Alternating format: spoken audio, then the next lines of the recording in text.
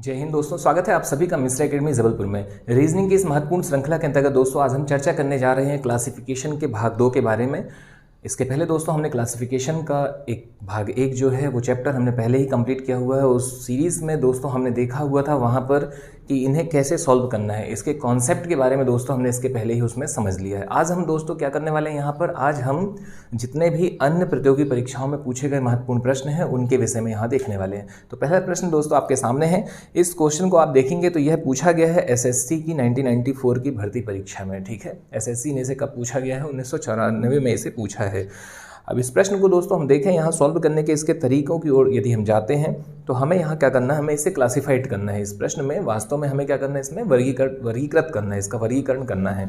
तो यहाँ हम पाते हैं कि भाई जहाँ जितनी भी आकृतियाँ हैं, चाहे ऑप्शन ए हो, चाहे आपका सी हो, या चाहे डी हो, या चाहे बी हो, आप देखेंगे सब में बीचों बीच में कुछ लाइनें हैं, चाहे वे लाइनें क्षैतिज हों, ऊर्ध्वाधर हों, कैसी भी हों। उन लाइनों के थ्रू दोस्तों एक्चुअल में क्या हो रहा है, इस प्रश्न में आकृतियाँ बीच में अलग अलग भागों में बटी हुई हैं।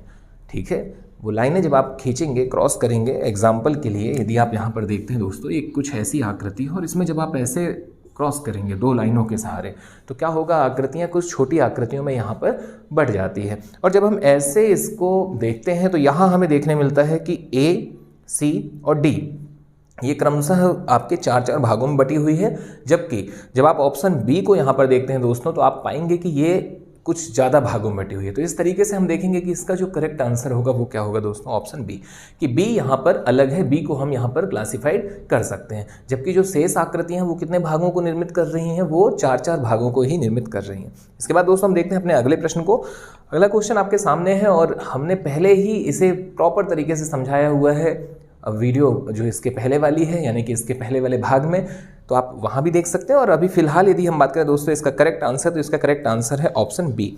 अब बी क्यों है, यदि हम उसे देखें तो उसका कारण है दोस्तों, जब आप अन्य आकृतियों को रोटेट करते हैं तो आप बी वैसी आकृति पा सकते हैं जैसी अन्य है। ठीक है, मतलब आप ए को रोटेट करेंगे तो सी जैसी बना सकते हैं, सी को डी जैसे, लेकिन बी दोस्तों यहाँ पर उस रोटेशन के क्रम में वैसी नहीं आ पाएगी, यानी उसे घुमाकर वैसी आकृतियों जैसे प्राप्त नहीं कर सकते। इस कारण से बी जो है यहाँ पर अलग है और इसके विषय में दोस्तों इसके पहले वाले भाग में प्रॉपर तरीके से समझाया गया है। आगे हम देखते हैं दोस्तों अगला प्रश्न। अगले क्वेश्चन को जब हम देखते हैं यहाँ पर तो हम पाएंगे कि कुछ लाइनें दी गई हैं भाई। ठीक है, कुछ लाइनें हैं जिसमें ऑप्शन ए में कुछ इस तरीके से लाइनें दी गई हैं। ठीक है, और ऑप्शन बी में भी कुछ लाइनें हैं, सी में भी हैं, डी में भी हैं। अब यहाँ पर महत्वपूर्ण ये है कि इसका आंसर क्या होगा और हम कैसे इसे अलग करें। तो हम पाते हैं कि जो ऑप्शन ए है इसमें लाइनों की संख्या है 5, बी में है 4, सी में है 4, डी में है 2। अब दूसरी बात ये आती है कि यदि हम देखें कि लाइनें कैसी हैं, हॉरिजॉन्टल है या वर्टिकल हैं, ऊर्ध्वाधर हैं या क्षैतिज हैं, तो हमें देखने मिलता है कि ऑप्शन ए में कैसी हैं दोस्तों, ऊर्ध्वाधर हैं। ठीक है, बी में कैसी हैं, क्षैतिज हैं, फिर सी में फिर से ऊर्ध्वाधर है और डी में फिर से क्षैतिज है, यानी कि पहले कैसी है, वर्टिकल, फिर हॉरिजॉन्टल, फिर वर्टिकल और फिर हॉरिजॉन्टल। तो ये तो ठीक है, एक सीक्वेंस हमें नज़र आ रहा है। हम बात करते हैं यहाँ पर कि हम इसमें अलग कैसे करें, क्लासीफाइड कैसे करें। तो देखिए समझिएगा आप बात को, दरअसल में होता क्या है भाई, बहुत सारे तरीके हैं। ठीक है, हम इसे एक सीक्वेंस के तौर पर भी देख सकते थे, लेकिन यदि हम सीरीज़ देखते हैं तो वो तो सीरीज़ का प्रश्न हो जाएगा। ठीक है, अच्छा प्रश्न किस आधार पर हमें सॉल्व करना है, यदि हम उसे देखें तो वहाँ पर सीरीज़ भी हो सकती है, यदि वह सीरीज़ का है तो सीरीज़ हो सकती है। फिलहाल यदि हम देखें इसे सॉल्व करने के तरीकों में तो हम पाएंगे कि यहाँ पर हमारा अगर इस सीरीज़ के क्रम को हम देखें तो सीरीज़ तो फिट है भाई, एक वर्टिकल, एक हॉरिजॉन्टल, एक वर्टिकल, फिर एक हॉरिजॉन्टल, वो तो ठीक है। अगला हम देखते हैं पहले में 5 है, फिर 4 है, फिर उसके बाद फिर 4 है, फिर 2 है। अब यहाँ से कुछ चीज़ें समझ में नहीं आ रही हैं। ठीक है, यहाँ हमें क्लासीफाइड करने के लिए एक तरीका ये मिलता है कि यदि हम इनकी लाइंस की जो टोटल नंबर है हम उसको काउंट कर लें तो हम पाएंगे कि जो छोटी छोटी रेखाएं हैं दोस्तों, ये ऑप्शन ए में है 5, बी में है 4, सी में है 4 और डी में है 2। यानी यहाँ पर ऑड और इवन नंबर वाले यदि हम कॉन्सेप्ट फॉलो करते हैं, ठीक है, ऑड यानी विषम और इवन का मतलब होता है दोस्तों सम। तो आप जब ऐसे विषम और समों में इसे बांटते हैं, ठीक है, सम संख्याओं में खींची गई लाइनें और विषम संख्या में खींची गई लाइनें, तो इस तरीके से आप पाएंगे कि यहाँ पर जो ऑप्शन ए है ये इसमें अलग आप कर सकते हैं। कैसे? क्योंकि भाई ऑप्शन ए में क्या हो रहा है, ऑप्शन ए में आप देखेंगे कि संख्याएं जो है लाइनों की वो कुल कितनी है दोस्तों, 5 लाइनें हैं वहाँ पर, ठीक है। तो ये विषम संख्या है, चूंकि है विषम है तो आप इसको अलग कर सकते हैं। फिर इसके बाद दोस्तों हम देखते हैं अपने अगले प्रश्न को। तो इस तरीके से हमने देखा कि भाई उसका आंसर क्या हो रहा है, आपका आंसर हो रहा है option A. A correct answer होगा। अगला क्वेश्चन दोस्तों, अगले प्रश्न में आप देखेंगे तो है क्या, 7 बना हुआ है, 7 जैसी आकृति हो और ये 7 को रोटेट किया गया है और कुछ नहीं किया गया, ठीक है। अब इसमें जब हम देखते हैं तो हम देखते हैं कि जो भी 7 है, चाहे आप उसे कैसा भी रोटेट कर दें, ठीक है। आपने पहले ऐसे बनाया हुआ है, फिर आपने देखा कि ये आपका ऐसे है, यानी वो 7 जैसी ही आकृति है, ठीक है। अब 7 बनाने में हमें इतना पता है कि भाई 2 भुजाओं की आवश्यकता हो रही है, ठीक है। किसी भी प्रकार से आप बना रहे हैं, आप उल्टा बनाएंगे तो भी आपको 2 भुजाएं चाहिए, ठीक है। अब इन 2 भुजाओं में ही हमने देखा कि बीच बीच में 2 अन्य भुजाओं के साथ कुछ कट लगे हुए हैं, ठीक है। 2 अन्य रेखाएं हैं, वहाँ पर छोटी छोटी लाइनें हैं। उन लाइनों को जब आप देखते हैं दोस्तों तो आप पाएंगे कि ऑप्शन ए, ऑप्शन सी और ऑप्शन डी में वे दोनों छोटी लाइनें एक ही भुजा पर हैं, ठीक है, एक ही पर है। यानी अगर यहाँ पर है तो फिर यहीं है, और अगर इस वाले में है तो यहीं है, ठीक है। लेकिन ऑप्शन बी में जब आप देखेंगे दोस्तों तो क्या देखने मिलता है कि एक आपकी दोनों जो लाइनें हैं वो अलग अलग भुजा पर हैं। तो इस तरीके से हमने देखा कि हम क्लासिफाइड कर सकते हैं इसमें, और इसका करेक्ट आंसर होगा 74। जो आपका ये प्रश्न है दोस्तों, इस क्वेश्चन का आपका करेक्ट आंसर होगा ऑप्शन बी। बी यहाँ पर इसका करेक्ट आंसर होगा। अगला क्वेश्चन दोस्तों आपके सामने है, और इसमें आप देखेंगे कि यहाँ पर हमें देखने मिल रही हैं जो आकृतियाँ, उसमें ऑप्शन बी में आप देखेंगे यदि ए है, सी है, डी है, तो इसमें आप देखेंगे आकृति कैसी है दोस्तों, क्लोज है, ठीक है। और बी जो है वो आकृति कैसी है आपकी, ओपन है। इसके बाद जो अन्य आकृतियां हैं वहाँ पर आप देखेंगे कि जो चाप खींचा गया है दोस्तों वो उनके एंगल, उनके कोणों पर खींचा गया है। लेकिन हम जब देखते हैं ऑप्शन बी में, तो बी में हमें चाप, उनके एंगल वहाँ है ही नहीं आकृति से निर्मित। तो यहाँ पर जो अलग हो जाएगा, जिसे हम क्लासीफाइड कर पा रहे हैं, वह है दोस्तों ऑप्शन बी। बी को हम यहाँ पर अलग रख पाएंगे, तो इसका करेक्ट आंसर होगा ऑप्शन बी।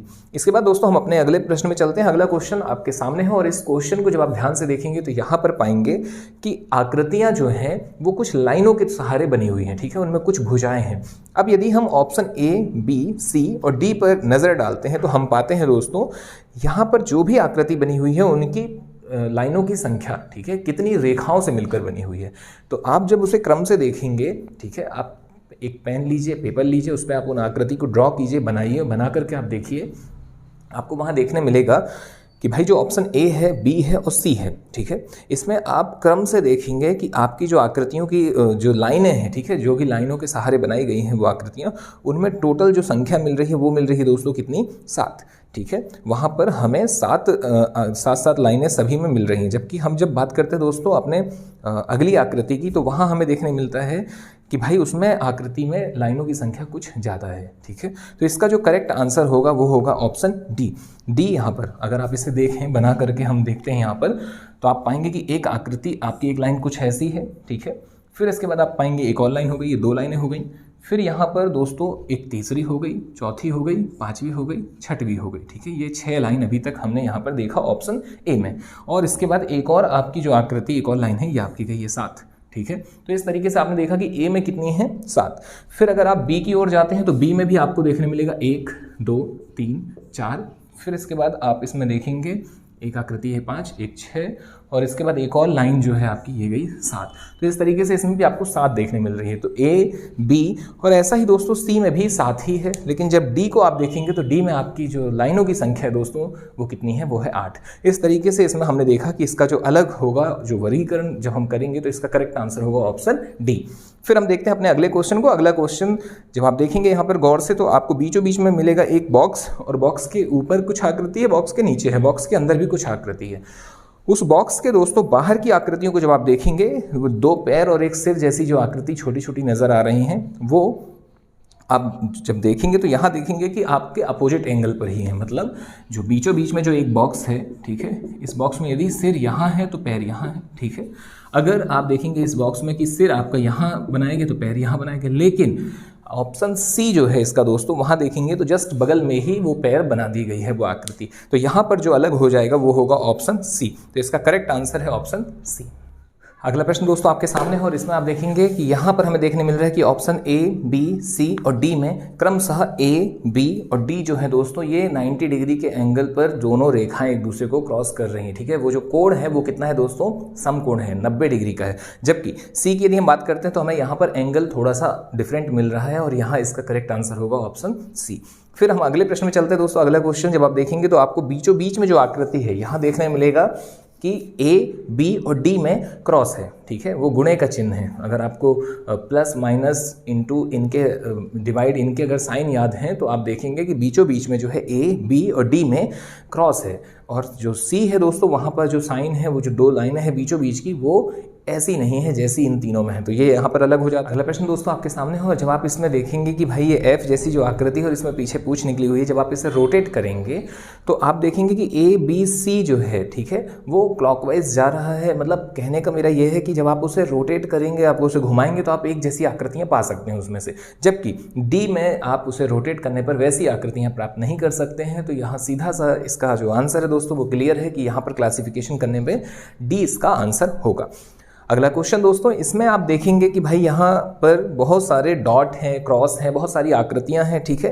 अब इसमें हमें चयनित करना है कि इसका आंसर क्या होगा। तो आप इसे वीडियो को पॉज करें, क्वेश्चन को देखें, और क्वेश्चन को देखने के बाद पहले आप अपने स्तर पर सॉल्व करें, और सॉल्व करने के बाद आप इसे देखें कि आपका आंसर आया या नहीं आया। नहीं आया है तो फिर उसे आप वीडियो के माध्यम से आगे बढ़ाएं और चेक करें कि हमारी गलती कहाँ पर हो रही है, ठीक है। तो फिलहाल यदि हम इस प्रश्न में देखते हैं दोस्तों, तो हम यहाँ पर पाते हैं कि इनके जो भी विकल्प हैं, ठीक है, उसमें जितनी भी आकृतियाँ हैं, जो भी सामने की आकृतियाँ हैं, सामने का मतलब ये है दोस्तों कि जैसे आपकी ये कुछ ऐसी आकृति है, कुछ ऐसा फिगर है। अब इसमें आप देखेंगे कि एक जगह पर अगर डॉट है, ठीक है, अगर यहाँ पर डॉट है तो अगला डॉट या तो यहाँ है, ये यहाँ है, यहाँ कहीं पर भी है, ठीक है। लेकिन ऑप्शन बी जो है, ठीक है, बी जो है दोस्तों, इसमें आप पाएंगे कि जितने भी साइन है, जो भी आकृतियां हैं, छोटी आकृतियां, वो एक दूसरे के आमने सामने। अगर डॉट यहाँ है बी में तो आप पाएंगे कि एक डॉट आपका, अगर डॉट यहाँ है तो इसके सामने वाले में यहाँ है, अगर यहाँ पर दोस्तों क्रॉस है तो इसके सामने वाले में क्रॉस है, ठीक है। उम्मीद है आपको समझ में आ रही होंगी चीज़ें। अगला यदि आप देखेंगे यहाँ पर जो भी मान लीजिए एक वृत्त बना हुआ है तो सामने वाले में वृत्त, सामने मतलब यहाँ सामने नहीं दोस्तों, उसके सामने वाले ब्लॉक में, ठीक है, 180 के एंगल पे, 180 के एंगल पर पूरी चीज़ें बनी हुई हैं। अगर यहाँ एक बॉक्स है तो यहाँ पर बॉक्स है, तो ऐसा आपको सिर्फ और सिर्फ देखने मिल रहा है ऑप्शन बी में। तो इसका जो करेक्ट आंसर होगा वो होगा बी। आपका बी जो है वो डिफरेंट है।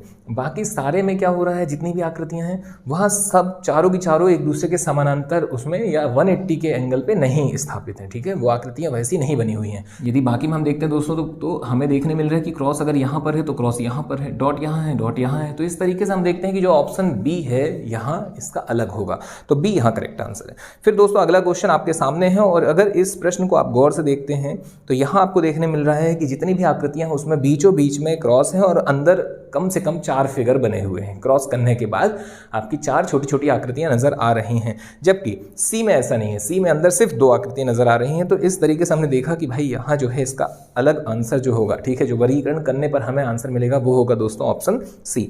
फिर हम अपने अगले प्रश्न की ओर चलते हैं, और अगला क्वेश्चन जब आप देखेंगे तो आप यहाँ पाएंगे, पहली चीज तो देखते ही इसका आंसर मन करेगा कि इसका आंसर सी लगा दें, ठीक है। गोला दिखेगा, हमारे दिमाग में कुछ ऐसी बातें आएंगी कि भाई बाकी चीज़ें भुजाओं से मिलकर बनी हुई है, जबकि गोला जो है वो भुजा से मिलकर नहीं बना है, तो इसका आंसर यही होना चाहिए ना, सी होना चाहिए। लेकिन ऐसा नहीं है, ठीक है। क्यों नहीं है उसको हम समझते हैं। उसका कारण ये है दोस्तों, क्योंकि बाकी जो लाइनें हैं आप देखेंगे 3 आकृति की वो वर्टिकल है और एक हॉरिजॉन्टल है, तो आप अंदर की लाइन से इसे क्लासीफाइड कर रहे हैं, ठीक है।